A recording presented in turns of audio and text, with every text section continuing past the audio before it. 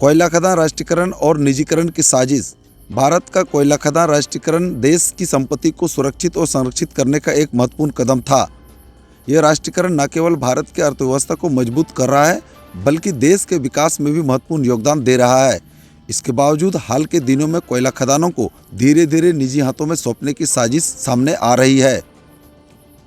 भारतीय कोयलियर मजदूर सभा के राष्ट्रीय उपाध्यक्ष सुरजीत भट्टाचार्य ने राजमहल परियोजना के दौरे ललमटिया में पहुंचकर इस मुद्दे पर खुलासा चर्चा की है। उन्होंने बताया कि कैसे राष्ट्रीयकृत कोयला खदानों को निजी पूंजीपतियों के हाथों में सौंपने की साजिश की जा रही है। यदि यह साजिश सफल होती है तो इससे न केवल देश की संपत्ति का नुकसान होगा, बल्कि कोयला खदान क्षेत्रों में सामाजिक विकास के दायित्व पर भी नकारात्मक प्रभाव पड़ेगा। कोयला खदान के निजीकरण से क्षेत्र में CSR यानी कॉरपोरेट सोशल रिस्पॉन्डिंग के तहत होने वाले सामाजिक विकास कार्य पर भी प्रतिकूल असर पड़ सकता है। यह आवश्यक है कि देश की जनता और सरकार इस मुद्दे पर गंभीरता से विचार करें और राष्ट्रीयकरण की नीति को बरकरार रखते हुए देश की संपत्ति और उसके विकास की दिशा में ठोस कदम उठाएं। आइए सुनते हैं सुरजीत भट्टाचार्य ने निजीकरण को लेकर किस तरह से खुलासा किया है। खनन के नाम पर कोयला ब्लॉक आवंटित करके निजी मालिक लोग का हाथ में देने का जरिया कोयला को उद्योग को निजीकरण करने का एक प्रयास चला। लेकिन अभी जो हो रहा MDO मॉडल में और रेवेन्यू शेयर मॉडल में हमारा राष्ट्रीयकृत कोयला उद्योग का चालू कोयला खदान चाहे कोयला खदान ये रेवेन्यू शेयर में MDO मॉडल में निजी मालिक लोग का हाथ में दिया जा रहा है, जो कि बहुत हानिकारक है।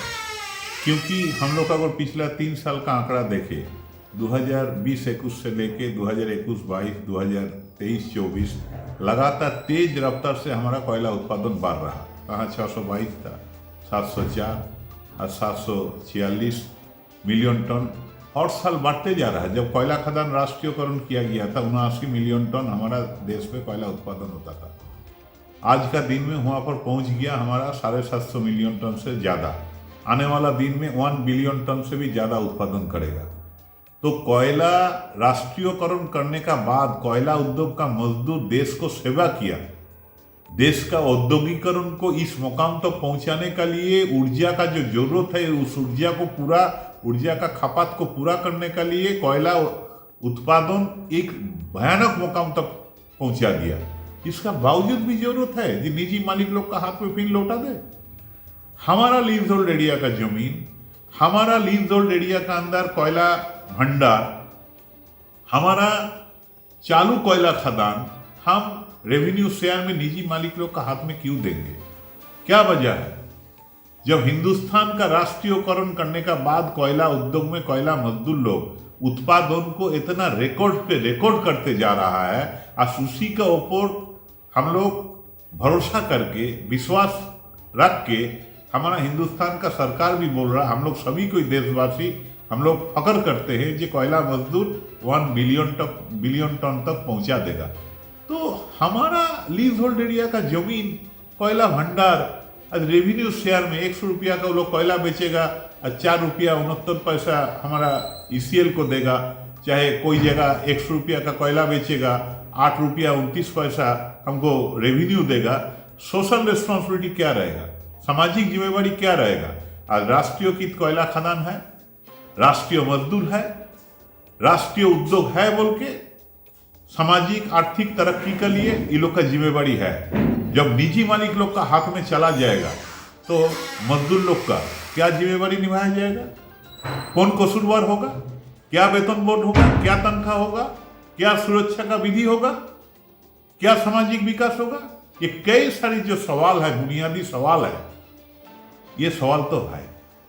इसीलिए हमारा लीज होल्ड एरिया का कोयला खदान राष्ट्रीयकृत कोयला उद्योग का कोयला खदान कोयला हमारा भंडार निजी मालिक लोग का हाथ में एक तो MDO मॉडल में 25 साल का लिए 22 साल का लिए ठेकेदार का हाथ में सौंप के पूरा ठेकाकरण किया जा रहा है।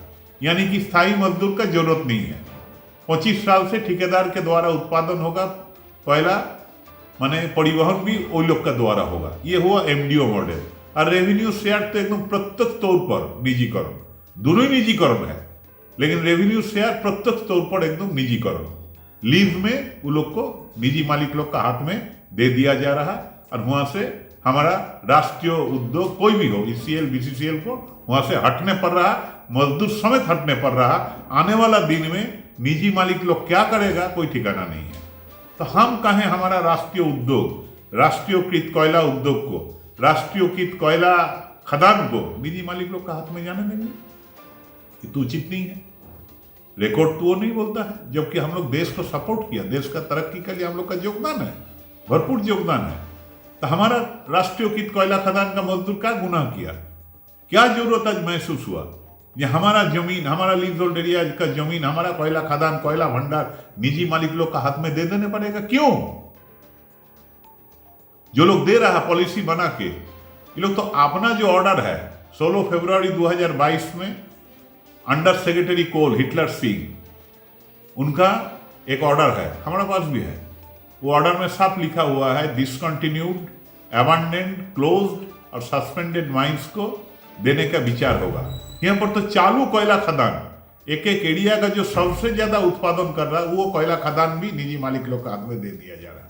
क्यों? क्या ज्यादा सामाजिक जिम्मेवारी वो लोग निभाएगा ना, राष्ट्र का लाभ होगा? इसीलिए निजीकरण रोकना आवश्यक कर्तव्य है। ये देश का प्रति एक समर्पित कर्तव्य का हिसाब से ये देखना चाहिए। आप लोग की तरफ से किस तरह का कदम उठा रहे हैं जो कि ये निजीकरण कर रहे हैं, इसको किस प्रकार रोकिएगा आप लोग? देखिए, पूरे देश पैमाने पर हम लोग का ओर से संयुक्त तौर पर भी हम लोग लगातार 2022 से लड़ते आ रहे हैं। हर जगह पीट मीटिंग, ऐसा तो नहीं भी होगा, चाहे हिंदुस्तान का हर कोयला खदान में 3 बार 4 बार पीट मीटिंग, प्रोटेस्ट, जुलूस, हेडक्वार्टर अभियान, हेडक्वार्टर में धरना, हजार आदमी लेके हेडक्वार्टर में घेराव, सारी चीज किया गया। हम लोग पर्चा भी बांटे, कन्वेंशन भी किए। ये कम से कम सरकार को इसका बारे में सोचना चाहिए, क्योंकि सरकार का कोयला खदान है। सरकार को सोचना चाहिए कि उत्पादन बढ़ाने के लिए क्या किया जाए।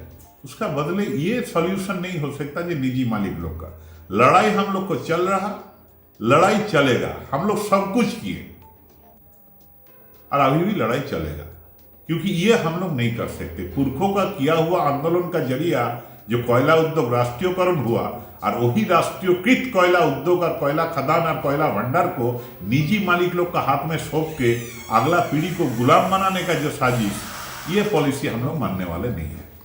विरोधी है। निजीकरण हाथ में अगर कोयला खदान जाती है तो क्या इस क्षेत्र में जो सामाजिक दायित्व है क्या वो लोग निभा पाएंगे? कोई जगह देखें निजी मालिक लोग सामाजिक जिम्मेवारी निभाया? हम उम्मीद कर सकते हैं अदानी अंबानी के पास? कोई जगह तो नहीं निभाते हैं, कोई जगह नहीं। आज तक क्या सामाजिक तरक्की किया? अदानी जो गोड्डा में जो पावर प्लांट खुला है, क्या किया है? कुछ नहीं। राष्ट्रीय उद्योग के पास हम उम्मीद कर सकते हैं, कहें कि राष्ट्रीय उद्योग है। और सबसे जो बुनियादी बात है, राष्ट्रीय उद्योग में उत्पादन का बाद, बिकने का बाद जो मुनाफा होता है वो राष्ट्र हित के लिए वो काम में आता है, क्योंकि राष्ट्र का कोषागार में वो जमा होता है। और निजी मालिक का रुपया मुनाफा कहाँ जमा होता है? सोचने होगा ना, तो नीति का सवाल है।